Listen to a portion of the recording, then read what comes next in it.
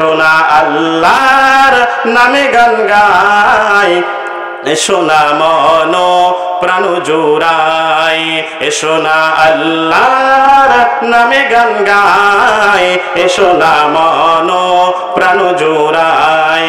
আল্লাহু আকবার বলি, আল্লাহু আকবার, সবাই আল্লাহু আকবার বলি, আল্লাহু আকবার বলি, আল্লাহু আকবার, আল্লাহু আকবার বলি, আল্লাহু আকবার বলি, আল্লাহু আকবার। আমার ভাইরা, আমার বন্ধুগণ, মাগফিরাত আছে কোরআনের মজলিসে, মাগফিরাত আছে তাফসীরুল কোরআনুল মাহফিলের মধ্যে, মাগফিরাত আছে। আল্লাহ তাআলা কোরআন যারা পড়বে তারা মাগফিরাত পাবে, বলেন না সুবহানাল্লাহ। আল্লাহ তাআলা কোরআন যারা পড়বে তারা মাগফিরাত পাবে, তাদেরকে আল্লাহ তাআলা ক্ষমা করে দেবে। শুধু কি মুমিনদেরকে আল্লাহ ক্ষমা করবে? না, না, আল্লাহ তাআলা যে কোরআনটা নাজিল করেছেন শুধু মানুষদের জন্য, শুধু মানুষের জন্য, শুধু ইনসানের জন্য আল্লাহ কোরআন নাজিল করে নাই। আল্লাহ তাআলা জিন জাতির জন্য কিন্তু আল্লাহ তাআলা কোরআন নাজিল করেছেন। ইবাদত করবে মানুষ এবং জিনরা। আল্লাহ তাআলা কোরআন মাজিদের মধ্যে রেকর্ড করে দিয়েছেন, ওয়া মা খালাকাতুল জিন্না ওয়াল ইনসা ইল্লা লিয়াবুদুন। কোরআন মাজিদ মানুষদের জন্য যেরকম ঠিক তদ্রূপ জিনদের জন্য কিন্তু কোরআন মাজিদ। কেমনে আপনাদেরকে আমি একটা হাদিস বলে দেই, তাহলে বুঝতে পারবেন। আল্লাহ রাসূল সাল্লাল্লাহু আলাইহি ওয়াসাল্লাম একদিন ফজরের নামাজের পরে ঘরের মধ্যে কোরআন মাজিদ গুনগুন গুনগুন করে তেলাওয়াত করতেছে। আল্লাহ রাসূল কোরআন মাজিদ যখন গুনগুন করে তেলাওয়াত করে, এত সুন্দর ভাবে এত সুর দিয়ে যখন কোরআন তেলাওয়াত করে, আরবের কাফের মুশরিকরা যারা কোরআনের বিরোধিতা করত, ওই সমস্ত আবু জেহেল উতবা সাইবারাও রাতের আধারে আল্লাহ রাসূলের দরজার মধ্যে কান লাগাই দিয়ে কোরআনের বাণীগুলো শুনতো, বলেন না সুবহানাল্লাহ। তারা দিনের বেলা আল্লাহ রাসূলের কোরআনের বিরুদ্ধে কথা বলতো, মুহাম্মাদের বিরুদ্ধে কথা বলতো, আর বলতো, এই আরবের লোকেরা খবরদার, মুহাম্মদ যেই বাণীটা পড়ে, যে কোরআনের আয়াতগুলো পড়ে, এগুলো তোমরা শোনো না, এগুলো শুনলে কিন্তু তোমরা তোমাদের বাপ দাদা ধর্ম ভুলে যাবা, অতএব এগুলো করা যাবে না। যখন মুহাম্মদ এই কোরআনের বাণী পড়বে তখন তোমরা ঢোল তাবলা বাজাইও, বলেন না নাউযুবিল্লাহ। ওয়াকালাল্লাযীনা কাফারু লা তাসমাউ লিহাযাল কুরআনি ওয়ালগাউ ফীহি লাআল্লাকুম তাগলিবুন। আল্লাহ তাআলা কাফের মুশরিকদের কথাটা কোরআনের মধ্যে রেকর্ড করে দিলেন, বলেন না আল্লাহু আকবার। আল্লাহ রাসূলের আর ফজরের নামাজের পরে কোরআন তেলাওয়াত করতেছেন, আর আল্লাহ রাসূলের বাড়ির মধ্যে থেকে একদল জিন্নাত তাদের দল বাহিনী নিয়ে তারা তাদের বাড়ির দিকে যাইতেছিল। আমার ভাইয়েরা, উঠা বসা করিয়েন না, একটু মন দিয়ে কথাগুলো শুনেন। হেদায়েতের জন্য, মাগফিরাতের জন্য এই কথাগুলো যদি আমরা মন থেকে শুনি তাহলে আমাদের জন্য হেদায়েত পাওয়ার জন্য যথেষ্ট হয়ে যাবে। আল্লাহ রাসূল সাল্লাল্লাহু আলাইহি সাল্লাম কোরআন তেলাওয়াত করতেছিলেন, এমন সময়ে একদল জিন্নাত আল্লাহ রাসূলের বাড়ি দিয়ে যাইতেছিলেন। ওই জিনগুলো, ওই জিন্নাতগুলো আল্লাহ রাসূলের কোরআনের তেলাওয়াত শুনতে পারলেন। শোনার পরে জিন্নাতদের যিনি সরদার ছিল, যিনি নেতা ছিল, তিনি আটক হয়ে গেলেন, থেমে গেলেন। কোরআন তেলাওয়াত হইতেছে, এই কেমন কোরআন তেলাওয়াত হইতেছে, এই কেমন আওয়াজ আসতেছে, যে আওয়াজটা আমরা ইতিপূর্বে শুনি নাই। সবাই আল্লাহ রাসূলের বাড়ির কাছে থেমে গেলেন। এরপরে প্রথমে তারা কোরআন মাজিদের তেলাওয়াতগুলো শুনলেন। শোনার পরে তারা আল্লাহ রাসূলের কাছে গেলেন। আল্লাহ রাসূল যে বলতেছেন, ও মুহাম্মদ, তুমি এটা কোন বাণী পড়ো, যেই বাণীটা আমরা ইতিপূর্বে আর কোনোদিনও শুনি নাই। এবার মুহাম্মাদুর রাসূলুল্লাহ, সবাই বলেন সাল্লাল্লাহু। আল্লাহ রাসূল এবার জিন্নাতদেরকে দাওয়াত দিতেছেন। আল্লাহ রাসূল জিন্নাতদেরকে বলতেছেন, এটা হচ্ছে কুরআনুল কারীম, যেটা আল্লাহ তাআলা আমার উপর নাযিল করেছেন। এই কোরআনের পরে আর কোনো কোরআন আসবে না। এই কোরআন এমন একটি কিতাব, যেই কিতাবটা আসার পরে তাওরাত, জাবুর, ইনজিল সব মানসুখ করে দিয়েছেন। এই কোরআনকে মানতে হবে। যারা কোরআন মানবে তারা জান্নাতে যাবে, আর যারা কোরআন বাদ দিয়ে অন্য কিছু মানবে তারা কখনো জান্নাতে যেতে পারবে।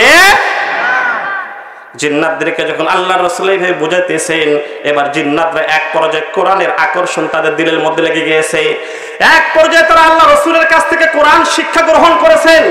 কোরআন শিক্ষে তারা, কোরআন শিক্ষা গ্রহণ করে তারা ওইখানে তারা একটা ওয়াদাবদ্ধ হয়েছেন। কি ওয়াদাবদ্ধ হয়েছে যে আমরা এই কোরআন মাজিদ শুধু শিখলেই হবে না, আমাদেরকে কোরআনের বাণীটা বাল্লিগু আন্নি ওয়ালাউ আয়া, আমরা যে একটা আয়াত শিখেছি এই আয়াতটা আমাদের কওমের কাছে পৌঁছাতে হবে। তারা কি করলো? তাবলীগের জিম্মাদারি নিয়ে তারা তাদের কওমের কাছে চলে গেলেন, তারা তাদের কওমের কাছে চলে গেলেন, সম্প্রদায়ের কাছে চলে গেলেন। আর সম্প্রদায়কে যে বলেন ক্বালু ইন্না সামি'না কুরআনান আজাবা, জিন্নাতদের দল নেতা বলে ও আমার কওমের লোকেরা, এ আমার সম্প্রদায়ের লোকেরা, আমরা মক্কায় এক আশ্চর্য বাণী শুনে আসছি, যেই বাণীটা দিলের মধ্যে আঘাত করে, এই বাণীটা সর্বশেষ বাণী মুহাম্মদুর রাসূলুল্লাহ সাল্লাল্লাহু আলাইহি ওয়াসাল্লাম উপর নাযিল হয়েছে। আমরা কিন্তু মুসলমান হয়ে আসছি, আমরা কিন্তু কোরআন শিক্ষা গ্রহণ করে আসছি। তোমরা যারা মুসলমান হতে চাও, তোমরা যারা কোরআন শিক্ষা গ্রহণ করতে চাও, চলো আমরা সবাই দলে দলে মক্কার মধ্যে মুহাম্মাদের কাছে যাই। বলেন না সুবহানাল্লাহ। কোরআন শুধু মানুষের জন্য না, কোরআন হচ্ছে জিন্নাতদের জন্য। বলেন না সুবহানাল্লাহ। যারাই কোরআন মানবে তাদেরকে আল্লাহ তাআলা জান্নাত দান করবেন। এজন্য আল্লাহ তাআলা আমাদেরকে কোরআন দান করেছেন পড়ার জন্য, আমাদেরকে মানার জন্য। কোরআন হচ্ছে মানব জাতির সংবিধান। বলেন তো কি? মানব জাতির সংবিধান। এই কোরআন যারা ব্যক্তিগত জীবনে, যারা পারিবারিক জীবনে, রাষ্ট্রীয় জীবনে, সব জায়গায় যারা কোরআন দিয়ে তাদের কাজ করবে, তাদের ওই কাজের মধ্যে আল্লাহ তাআলা কি দেবে? বারাকাত দান করবেন। বলেন না সুবহানাল্লাহ। আর কোরআন যারা মানবে না তাদের জীবনে কখনো কি থাকবে না? সুখ থাকবে না। আপনি যেরকম কোরআন দিয়ে নামাজ পড়েন, আপনি কোরআন দিয়ে বাড়ির মধ্যে তেলাওয়াত করেন, হুজুরদেরকে তেলাওয়াত করে দোয়া করেন, তো ওই কোরআন শুধু মসজিদের জন্য না, কোরআন শুধু হুজুরদেরকে ডেকে নিয়ে তেলাওয়াত করে দোয়া করার জন্য না, কোরআন শুধু তাবিজ পড়ার জন্য না, কোরআন হচ্ছে এই দেশ, এই রাষ্ট্র শাসন করার জন্য। কথা বলেন ঠিক না বেঠে? কোরআনের রাজ আমাদেরকে কায়েম করতে হবে, এখানে প্রতিষ্ঠা করতে হবে, তাহলে আমরা পরিপূর্ণ মুসলমান হতে পারবো। কোরআনকে আমাদেরকে সব জায়গায় আমাদেরকে নিয়ে আসতে হবে, তাহলে আল্লাহ তাআলা আমাদেরকে প্রকৃতপক্ষে মুসলমান হিসেবে কবুল করবে। তবে হ্যাঁ, এই কোরআন যখন আমরা পড়ব, কোরআনের আইন যখন প্রতিষ্ঠা করব, তখন কিন্তু আমাদের কিছু বাধা আসতে পারে। কি আসতে পারে? বাধা আসতে পারে। আমাদেরকে মানুষ চোখ রাঙাইতে পারে, আমাদেরকে গালিগালাজ দিতে পারে, কিন্তু সেক্ষেত্রে আমাদেরকে অটল থাকতে হবে। আল্লাহ তাআলার ভরসা আমাদেরকে অটল থাকতে হবে, তাহলে ওই সময়ও আল্লাহ তাআলা আমাদেরকে কি করবেন? সাহায্য করবে। কি করবে? এটা তো আমাদের বিশ্বাস হয় না, এটা বিশ্বাস রাখতে হবে, ইয়াকিন থাকতে হবে যে আল্লাহর রাস্তায় যারা জিহাদ করে, আল্লাহর রাস্তায় যারা চলে, তাদেরকে আল্লাহ তাআলা আসমান থেকে গায়েবী ভাবে আল্লাহ তাদেরকে সাহায্য করে। বলেন সুবহানাল্লাহ। কিভাবে সাহায্য করে? আপনাদের সামনে ছোট্ট একটা ঘটনা বললে আপনারা বুঝতে পারবেন।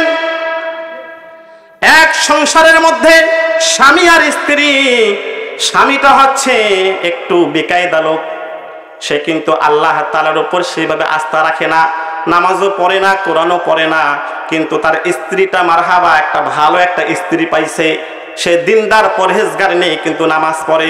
এরকম স্ত্রী আছে না সমাজের মধ্যে? যে স্বামী খারাপ কিন্তু স্ত্রী পাইছে ভালো, স্ত্রী পাইছে ভালো। স্বামী তাকে বিবাহ করে নিয়ে আসছেন বাড়ির মধ্যে, স্বামী স্ত্রীকে লক্ষ্য করে দেখলো স্ত্রী সব কাজে আল্লাহ তাআলার নাম নেয়, বলে বিসমিল্লাহির রহমানির রহিম। কি বলে? বিসমিল্লাহির রহমানির রহিম বলে সব কাজ শুরু করে। বাড়িতে ঢুকবে বিসমিল্লাহ বলে বাড়িতে ঢোকে, ঘুম যখন যাবে তখন বিসমিল্লাহ বলে ঘুম যায়, আবার যখন টাকা নেয় টাকা নেওয়ার সময় বিসমিল্লাহ বলে, আবার টাকা যখন ট্রাঙ্ক থেকে ব্যাংক থেকে স্বামীকে দিবে তখনও বিসমিল্লাহ বলে টাকাটা বাড়ি করে দেয়। স্বামী এই কাজগুলো দেখে সে বিরক্ত হয়ে গিয়েছে। হ্যাঁ, আমি মাঠের মধ্যে কাজ করি, পরিশ্রম করে মাথার ঘাম পায়ে ফেলে কত কষ্ট করে আমি টাকা নিয়ে দেই, সে আমার প্রশংসা না করে কার প্রশংসা করে, কার নাম গায়? হ্যাঁ, আমার প্রশংসা করো, তুমি আমার প্রশংসা বাদ দিয়ে তুমি কার নাম বলতেছো? দাঁড়াও, তোমাকে আমি মজা দেখাই। একদিন স্বামী কি করেছে? তার স্ত্রীকে মুসিবতে ফেলার জন্য সে কি করেছে, একদিন সন্ধ্যাবেলা বাড়িতে আসে, আসার পরে স্ত্রীর হাতে যখন টাকা দিছে, স্ত্রী যখন টাকা দিছে বলছে কি বলেন তো? বিসমিল্লাহির, কি বলছে? বিসমিল্লাহির রহমানির রহিম। বিসমিল্লাহির রহমানির রহিম বলে টাকা নিছে, আবার যখন টাকাটা নেওয়ার পরে যখন টাকাটা থুইতে গেছে ট্রাঙ্কের মধ্যে তখনও বলছেন বিসমিল্লাহির রহমানির রহিম, টাকাটা বিসমিল্লাহির রহমানির রহিম বলে রাখছে। এরপরে স্বামী কিন্তু চুপে চুপে দেখতেছে যে আজকে তোমাকে আমি খেলা বোঝাবো, যে তুমি টাকা কোথায় রাখো আর চাবিটা কোথায় রাখো। আজকে আমি আমার নিজের টাকা নিজেই চুরি করব, আর এর দায়ভার আমি তোমাকে দেবো, এরপর আমি তোমাকে খেলা বোঝাবো। এবার স্বামী যখন রাত্রেবেলা ঘুম যাওয়ার ভান করতেছে, দেখতেছে স্ত্রী তার ঘুম গিয়েছে, এমন তো মুহূর্তে গভীর রাত্রে স্বামী তার নিজের টাকায় নিজেই চুরি করেছে। ওই ট্রাকের মধ্যে আরো গহনা ছিল, অলংকার ছিল, টাকা পয়সা ছিল, সব কিছু চুরি করেছে। করার পরে চাবিটা কি করেছে, তার বাড়ির সামনে একটা কুয়া ছিল, কুয়ার মধ্যে ফেলাই দিয়েছে। এরপরে সকাল যখন হয়েছে, সকালবেলা হওয়ার পরে স্বামী তার স্ত্রীকে ডাক দিয়েছে। স্ত্রীকে ডাক দিয়ে বলে, এই আমি যে সন্ধ্যাবেলা গত রাত্রে তোমাকে টাকা পয়সা দিলাম, ওই টাকা পয়সাগুলো নিয়ে আসো তো। স্বামীর উদ্দেশ্য ছিল স্ত্রীকে ছোট করার, আমার প্রশংসা না করে কার প্রশংসা করে, আজকে যখন টাকা দিতে পারবে না তখন তার মজা বুঝতে পারবে। সম্মানিত ভাইরা, এবার স্বামী যখন স্ত্রীর কাছ থেকে টাকা চাইছে, স্ত্রী এবার আল্লাহ তাআলার নামে বিসমিল্লাহির রহমানির রহিম বলে যে জায়গায় চাবি রাখছিল ওই জায়গায় চাবিটা খোঁজার জন্য সে চলে গিয়েছে। যখন খোঁজার জন্য চলে গিয়েছে, বালিশের নিচে হাত যখন বিসমিল্লাহির রহমানির রহিম বলে দিয়েছে, অটোমেটিক ভাবে সে চাবিটা পেয়েছে। বলেন না আল্লাহু আকবার। চাবিটা তার হাতের কাছে চলে আসছে। এরপরে সে আস্তে আস্তে করে পা পা করে ট্রাঙ্গের কাছে যায় তালা খোলার জন্য। যখন চাবিটা তালার মধ্যে দিয়েছে, বিসমিল্লাহির রহমানির রহিম বলে সে তালাটা খুলে ফেলেছে। এরপরে যখন সে ওই ট্রাঙ্কটা খুলছে, স্বামী তো বলতেছে যে আমি তো এই অলংকারগুলো টাকা পয়সাগুলো কুয়ার মধ্যে ফেলাই দিয়েছি, এখন তো ট্রাঙ্কের মধ্যে টাকা নাই, অলংকার নাই, এরপরে তো তাকে আমি মজা দেখাবো। কিন্তু স্ত্রী যখন বিসমিল্লাহির রহমানির রহিম বলে যখন ট্রাঙ্কটা খুলছে আর হাত দিয়েছে, আল্লাহ তাআলা আসমান থেকে ওই ফেরেশতাকে বলেছেন, ও ফেরেশতা, ও জিবরাইল আমিন, তাড়াতাড়ি যাও, ওই বান্দিটা কাজে কামে উঠতে বসতে সব সময় সে আমাকে স্মরণ করে, আমার নামে কাজ শুরু করে, আমার নামে কাজ শেষ করে। ও জিবরাইল আমিন, তাড়াতাড়ি যাও, ওর স্বামী টাকা পয়সা স্বর্ণগুলো ওই কুয়ার মধ্যে ফেলাই দিয়েছে, তাড়াতাড়ি তুমি কুয়া থেকে স্বর্ণ রূপা এবং টাকা পয়সাগুলো নিয়ে ওই ট্রাঙ্কের মধ্যে রেখে দাও। ওই বান্দি যখন ট্রাঙ্কের মধ্যে হাত ঢুকাইছে, হাত ঢোকার সঙ্গে সঙ্গে টাকাগুলো পাইছে, টাকাগুলো পেয়ে তার স্বামীর কাছে দিয়েছে।